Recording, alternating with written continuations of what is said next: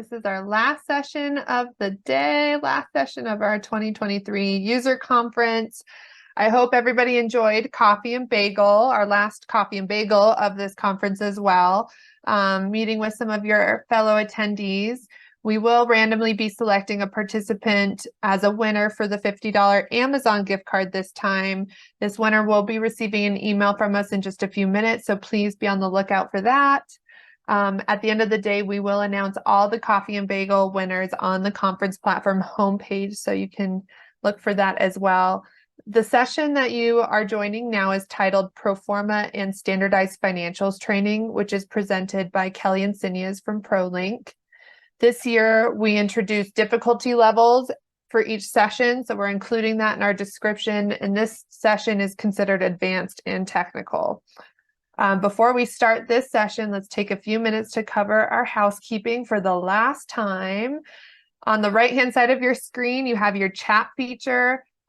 This particular session is a live session. So while Kelly is focused on the presentation, we have Sarah Supernaut, who is our customer success rep and trainer at ProLink. She'll be monitoring that chat throughout the session. Please feel free to post any questions or comments in that chat, and Sarah will either respond real time or follow up with you after the session. And please note that your posts are visible to all attendees. Also, on the right side of your screen, you have access to our poll feature. Throughout this session, there will be 3 poll questions displayed intermittently one by one. You'll have 30 seconds to participate and respond to that poll, and then we'll close them and then see the results once those answers have been posted. So just within a couple seconds after closing, we can share that. We encourage you to participate. That's a really great way to kind of spark and follow up on any content that might be worthwhile to everyone while we're together. And then this is where, underneath resources, that link is where on the right-hand side of your screen, that's where you download your materials from this session. So the slide deck that Kelly is going to be using today, oftentimes she includes screenshots throughout her live demo presentation. So those will be included for you to refer to afterwards. You can, or during, you can download that now, during the session, or after the session. And I think that's it. So without further ado, Kelly, I'm going to hand it over to you to start your session. You can take it away. Thank you very much. Thanks, Bree. Thank you very much. I'm going to share my screen here. Bree, confirm for me that you can see my session agenda. Yep, you're good. Fabulous. Thank you. Thanks, everybody, so much for joining our Forma and Financials session today. You can see we have a little agenda here of what we're going to go over. A couple of items that I want to mention. Number one, we did a shorter preview kind of this material a couple months back in a webinar. So, if you all had joined that webinar, this should look a little bit familiar to you. We're going to cover the same material, but we're just going to slow it down a little bit and go into a little bit more detail. And then also, as is my usual MO, I'll be in the slide deck here for this agenda. Otherwise, I'm going to be live in the system demonstrating to you. I will be coming back to the slide deck for our poll questions, so be patient with me when we get to those slides. But let's go ahead and take a look at this agenda, and then we'll dive in. So we're going to take a look at setting up a dev deal and the associated portfolio property, because that's going to be important in making this whole pro forma or forecast within financials work for you.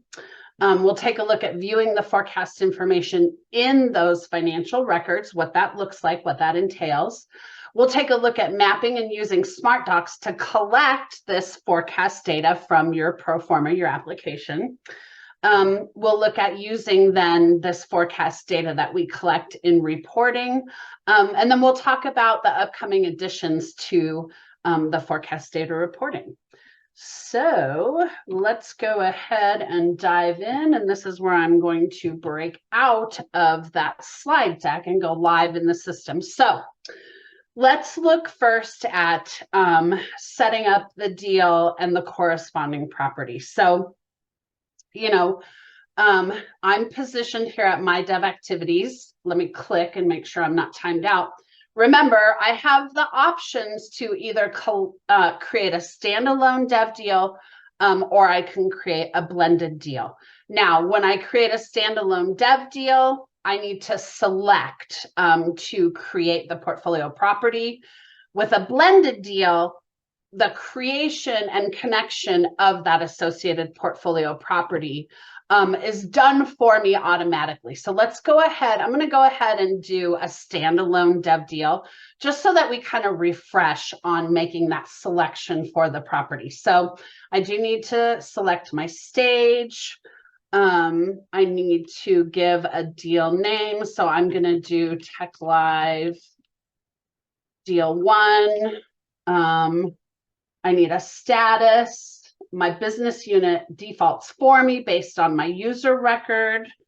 I need to fill in my deal fiscal year, and I need to select a deal type. In this scenario, I'll go ahead and do new construction. That's kind of easy. So the point here with creating a standalone deal is that I do want to make sure that I am selecting or clicking that checkbox to create and connect my associated portfolio property. Okay.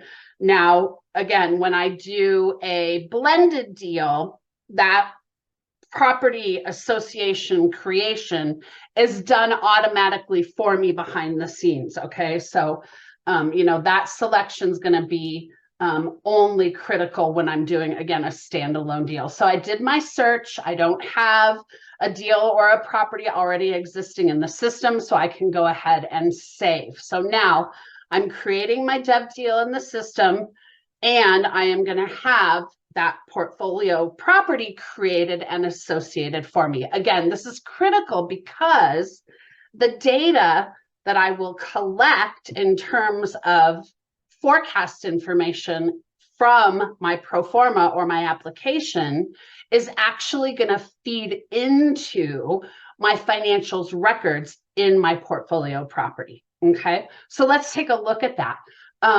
So I created my deal. I'm positioned at my deal overview. As I look to my left nav here, I can see my portfolio properties menu option, and I see that it's got a 1 there. So I know my property was created and it's connected. So I can go ahead and click in and click through to my portfolio property. Okay. So remember, this forecast data, this pro forma data, is going to go into my portfolio property in my standardized financials records. Okay, that's where this data is going to feed in from my pro forma or my application as it's mapped via SmartDox. Okay, so before we actually dive into these financials records, I want to take a look at one other piece of information that I do need to complete in order for this whole kind of mechanism functionality to work. And that is that I need to access my AM characteristics on my portfolio property. And I need to set a fiscal year end month. Okay. Now, for my purposes, and potentially the way that you might do this, in real life in production, I'm going to go ahead and select December, and I need to save that record. Now, I need to set that fiscal year end month on my AM characteristics in order for these financial records to be able to be created by SmartDox and accept the data that I'm sending in. I fully realize and recognize that, at the point that you're in application with a developer and you've just created this deal, you probably don't really know the fiscal year end month, truly what it's going to be if and when this thing goes to monitoring. And that's okay. We're just going to set an initial fiscal year end month here. And then this is something that your asset management and compliance teams can make an adjustment to at the onboarding phase, should this particular deal go through. Okay. One other thing that I want to note as well about our AM characteristics is that when a particular deal does actually finally flow through to monitoring, one of the steps that does occur at onboarding is indicating what the requirements are for financials. And so we can kind of see that here mid-screen where, we're recording for this particular now property. Are we requiring op budgets? Are we requiring monthlies or quarterlies? And are we requiring annual financials? The important thing to note here is that forecast information doesn't have to be recorded here. We don't have to make it required. It's available to be, added or removed at any time. So that's not a requirement there. Okay, so the really only adjustment that you're going to have at onboarding is really potentially that fiscal year end month. Okay, so once we have that set up, this deal and property are now ready to accept this financials information for us as well. Okay, so I'm going to hop back into this slide deck for just a minute because I want to show you that additionally we will offer the ability to still use the create activities functionality within utilities for your asset management and compliance teams to do kind of that bulk creation of your financials. So as we go on a little bit further today, you're going to see that we actually create financial records on the property when we do a SmartDox send. And so, a question is going to be, well, listen, if those financials records look like they're already existing in my property, can I still use that utility in monitoring, for the creation and collection of my standardized financials? And so the answer there is yes. This utility is still going to be available whether you're using the forecast data or not. Okay. So know that will still be available. So then this brings us into our first poll question. So Sam, go ahead and open up this first poll question. Our first question here is, does your agency collect financials in the current pro forma and application that you're using? So you're going to have about 30 seconds there to answer that question. I don't have the Jeopardy music, but I can pretend. Okay, we got about 30 seconds there. Does your agency collect financials in your current pro forma application?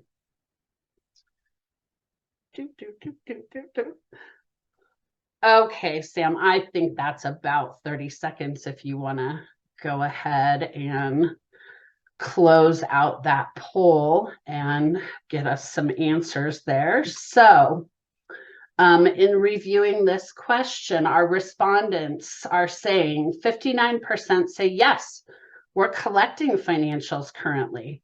About 23% are saying no, we're not. And about 18% are not sure. So that's okay. So let's keep on going. And maybe for those who aren't sure, we might be able to convince you here to start collecting some of this information and storing it in ProLink HFA. Okay, so I'm going to go ahead and break out of this slide deck and we're going to dive in and look at the actual financials records here within ProLink HFA. So remember, I am positioned within my portfolio property that was created and associated for me when I created my dev deal. And this is going to be where we're collecting this information. So if I click into my standardized financials menu option here in my left navigation menu, I see what I expect to see, which is, an empty screen of financials, right? I haven't started collecting anything yet. I haven't created anything yet. So my list screen doesn't have any records yet. But I want to note that I now have this column here. It's that second column that's labeled forecast. So this is where that forecast data is going to live, that I can send in from that pro forma application that I'm accepting for my deal. And then, of course, you can see the other financials columns that we're accustomed to seeing, our budgets, our periodics, and then our annual. Okay, so, but I want us to note that we do now have that forecast column. And then once we head in and start creating or sending that data in from SmartDox, why then that's the column that we're going to initially see from a pro forma or an application, is that forecast column. Real quickly, just before we go in and send data in this new deal that we created, I want to just hop over to an example property that I set up earlier. And I just want you to get a look at this screen. We're going to look at it together too in our test property that we created. But I just wanted to drop in and let you see in my Mountain West property here, you can see I've already done that SmartDox send. So I see that that forecast column is populated with data for me. Okay. And then of course, you know, I still see budget, periodics, and annuals. And again, that's where that functionality of that create activities utility will come in and create those records for me in bulk for a given year still across my portfolio. Okay. So let me head back into my example Tech Live deal here. And let's go ahead and do our SmartDox send into our Tech Live deal so that we can see those records populated. So you can see here, I've switched over to Excel. I have just an example template here that I have created for the purposes of us looking at this together. What did I call my deal, guys? I got to cheat and look. Tech Lab Deal 1. So that I don't change my deal name. But you can see I have created this SmartDoc template so that I can send you know, what might look like pro forma data, application data into the system. And so you can see I've done some P&L fields here. I did a cash flow and a couple of balance sheet. And then what I did here is, you know, a 15-year pro forma. So you can kind of see all that data that's going to go in. So let me go ahead here and do a send. And I'm just going to check my environment because I was doing some testing this morning and I don't think I'm pointed at the correct environment. So I need to get myself fixed up here real quick and point at my demonstration environment.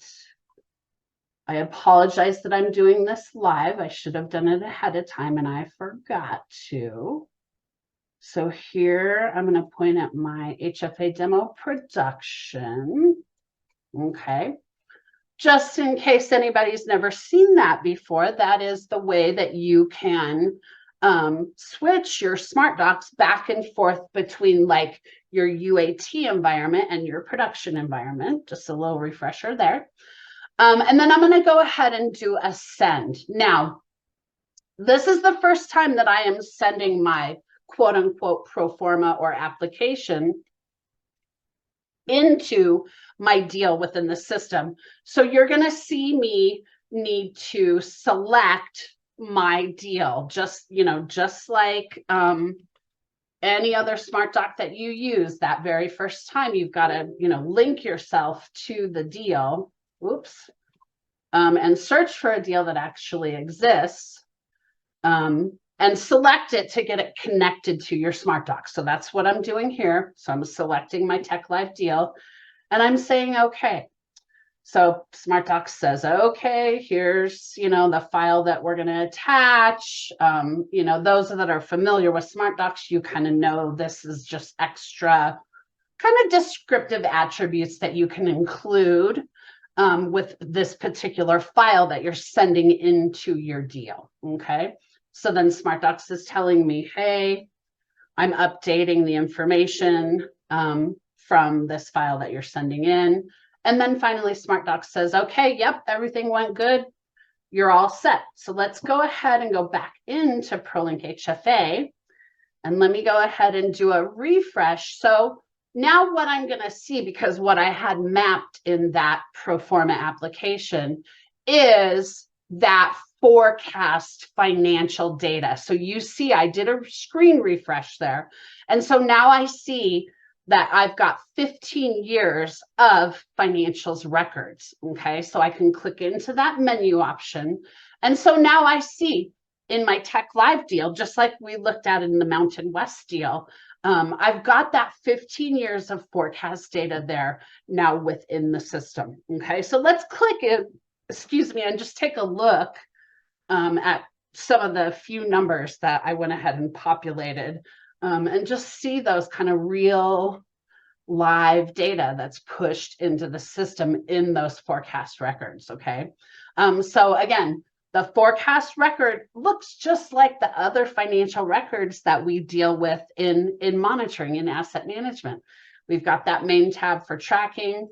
We've got our P&L tab, right? The data here. And so I can see some of that totaling is happening. And then I see some of these values that were actually sent in from my SmartDox. Okay. I've got some balance sheet information. I can see I've got a couple of values there. I've got my cash flow statement information there. I sent in, maybe I think probably just one value there, but know that all of those are available. And finally, one item that I wanted to point out is that we do still also have the ability for UDFs, user-defined fields, within our financials records. So if there's need for UDFs in financials, even in the forecast information, we can create a tab if needed for forecast details, and then whatever those user-defined fields are, those can be mapped in your Proforma application and sent right into these forecast records for you. Okay, guys, that brings us to our second poll question. So let me get that up on the screen here. Sam, if you can go ahead and open up the second poll question for us. And this question is, does your agency collect financials in monitoring in ProLink HFA? So Sam, go ahead and open up that poll question. We'll give about 30 seconds here for folks to answer that.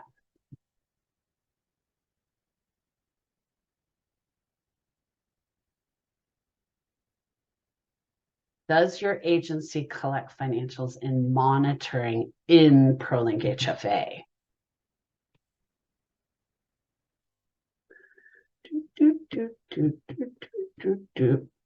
Okay, Sam, go ahead and close that poll. I think we're at about 30 seconds, and go ahead and post the answers from that second poll question for us. And then I can go ahead and display those answers. So of our respondents, 63% of you are collecting financials information within ProLink HFA. About 21% are responding, no, you're not collecting financials in monitoring in ProLink HFA. And about 16% aren't sure. Okay, so again, let's see if we can convince any of those no's or I don't knows to go ahead and start using this information. So let's move forward here in our demo. Next up, I want to take a look for a minute, turn our attention here to SmartDox and the mapping of this new information. So I'm going to go ahead and break out of that slide deck again, and I'm going to go back into my example template here. And I want to go ahead and open the mapper. Now, I know that this is a little bit technical, and it is a little bit, but I just want everybody to kind of have the idea, the sense of where this information is available for you to map and how you can access this, okay? And not that you need to memorize this today, but I just want you to walk away with a little bit of an image in your mind when you start thinking about this, that, hey, Kelly showed us in the mapper how to do this. Hey, I think she gave us a picture in the slide deck so we can at least get started there, okay?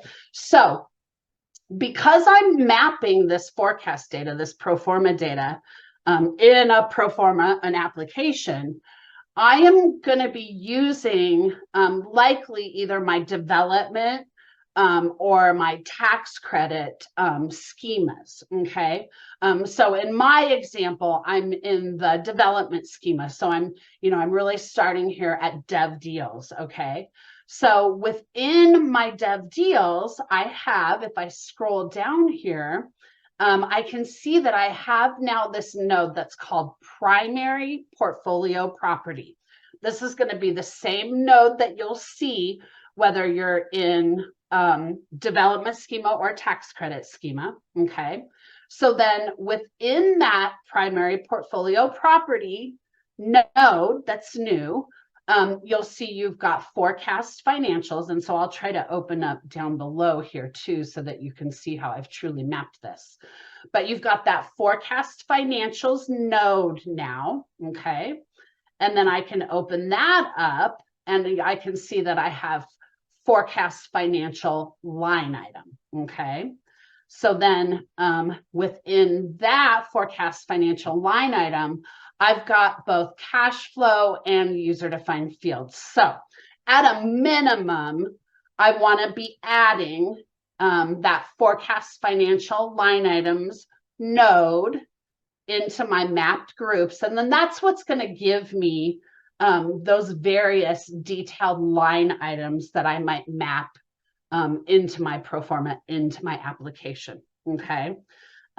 So this is what your mapper is going to look like. This is how you're going to address mapping this forecast data into your existing pro forma or application. Now, I realize that it's entirely possible that some of you may have forecast data already mapped from your application. You might be sending that information into user-defined fields on your dev deals. That's what you might be doing today, and that's fine.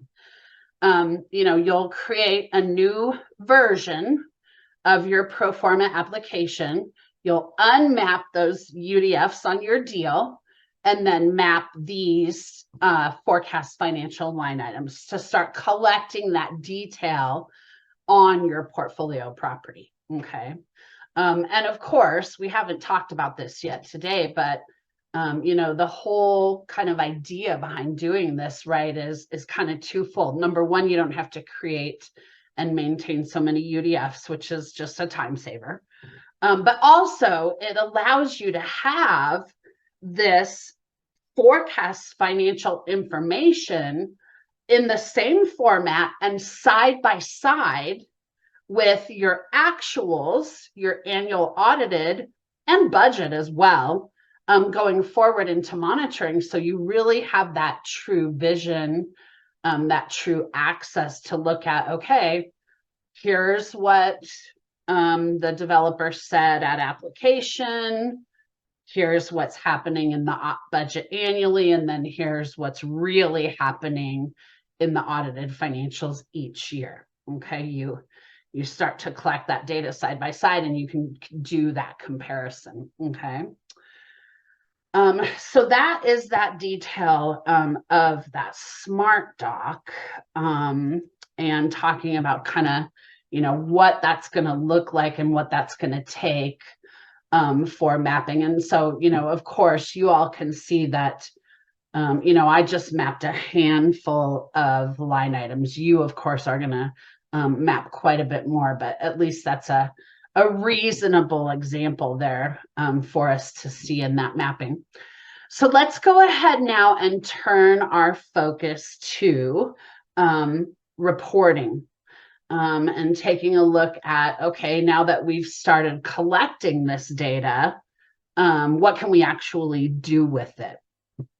So as of right now, while we're collecting this data, as of this current build that we're on for ProLink HFA, the reporting mechanisms that are available to you right now are your financials data views. Okay, so you can see I'm opening up this data views panel. I'm going into my AM folder or my AM section.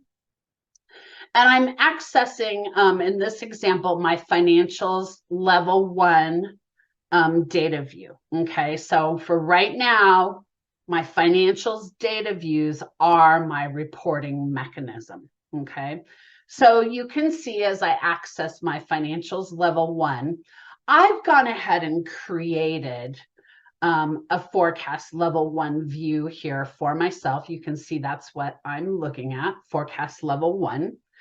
And so what I've created here is, my HFA, my property, my fiscal year of reporting, my reporting type, because behind the scenes in the view manager, and I can open this up and we can take a look at this together. That's how I have filtered this specific data view, is by that forecast reporting type, because that's exactly what I want to look at in this particular data view, is just my forecast data, okay, that I've collected across my portfolio. And so I include that particular column in the data view to remind myself and understand what I'm looking at. I did include reporting status, and then I included some of these kind of higher level line items that I'm collecting side by side. Okay, now then I've done a grouping here within my data view by my fiscal year. So really what I'm looking at here is year over year in terms of forecast.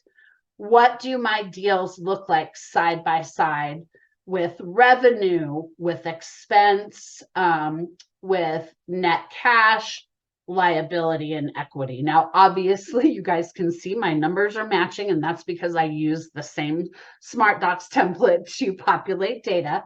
But you can start to see that year over year, I can look at these deals side by side. And I say deals because we're looking at forecast information, right? Although physically this data is a portfolio property, when I think about forecast information, initially anyways, I'm really looking at these deals, right? So, I start to get this view and this reporting of year over year, this brand new deal that I entered, my Tech Live deal 1, how is this deal comparing side by side with the other deals in my portfolio? Are these financials numbers, do they look like they're in line with similar deals within my portfolio? And maybe I start to do things like, hey, that's fine to look at these numbers side by side, but we really need to start to look at these numbers like by county, maybe. Maybe we need to start looking at these by total unit counts, these kind of things. We start to see, though, that we can, as we're collecting that information, how do these brand new deals that I'm adding in compare? This brand new deal that I entered, I haven't entered any units yet, so I don't know how it really compares to its peers, because I haven't entered that information yet. So, hey, let me do some cleanup there to see and really get some worthwhile reporting there. Okay. Another data view that is available to us and that we look at for reporting is something that I call, again, dev comparables, and that's in our financial metrics data view. So let me go ahead and click into financial metrics. And we are able to start looking at, again, the same forecast data, right? So I've done the same idea here where in my base view, I filtered down to just forecast information in my reporting type, but I am including this as a column so that, again, I remind myself, my peers, whoever's using this for reporting, what we're really looking at, okay? And so here in metrics, I can see that I've got a little bit different data available for, to look at. I've included in this view all annualized detail, but cash flow, income to expense ratio, net income per unit, NOI per unit, occupancy, both economic and physical, and then operating expense. And so again, you see that I have, right now I'm grouped by county. So, is this deal that I might have just created, my Tech Lab deal 1, how is this comparing to, other deals in a related county, other deals with similar unit counts? You might even do comparisons on, construction types. Is it new construction or is it an AC rehab? You might start doing some reporting on, populations targeted. Are we talking, purely family? Are we family and elderly? Those kind of things. And being able to do, again, those comparisons across your portfolio. Okay, so that's all about reporting that's available right now. So this brings us into our third and final poll question that I'm going to put up here on the screen. So Sam, go ahead and open up this poll question. Question number 3 here. Do you anticipate updating your Proforma application to use this functionality in the next 3 months, the next 6 months, the next 12 months, or maybe you're not sure? So go ahead and take 30 seconds there to answer that final poll question. I hope I'm convincing lots of you to say at least in the next 12 months, if not sooner, to start using this functionality. Okay. We'll keep that open there for just a few more seconds before we close it down. More. I'm just checking our time too to see if we're doing okay. I think we are. Yep. We might even get out a tiny little bit early today, possibly. Okay, Sam, I think that's about 30 seconds. So you can go ahead and close that poll and we'll see if we can get some results here. It looks like we've got some. So about 5% of our respondents are anticipating updating your Proforma in the next 3 months, about 11% in the next 6 months, about 16 in the next 12 months, and I've still got about 68 that aren't sure, which is okay. But listen, reach out if you're interested and you want more information on this stuff. So from here on out, we're going to go ahead and stay in the slide deck. I've got just a few more slides to share with you this afternoon. And like I said, I think we'll get out a little bit early, but I want to highlight for you some of the additional reporting that is coming along with this forecast data, with this functionality. So I think you all probably know about and are familiar with the financial analytics functionality that we have in the financials records today. So I believe as soon as, yep, I told us Q1 of 2024, whoops, we're going to be updating the financial analytics to allow for the metrics reporting for this forecast detail. So, and these are just screen mock-ups that our product team has provided. And so it shows us that, within our P&L metrics, our core metrics, today we know that we see budget and budget variance information and potentially annualized as well. So with the update of the forecast detail, we'll be able to see the forecast information as well as the variance there, okay? In the P&L and the per unit basis. Also, they're in the core metrics and core metrics per unit basis, okay? So you will see next quarter, first quarter, forecast as an option there in the reporting type in that financial analytics.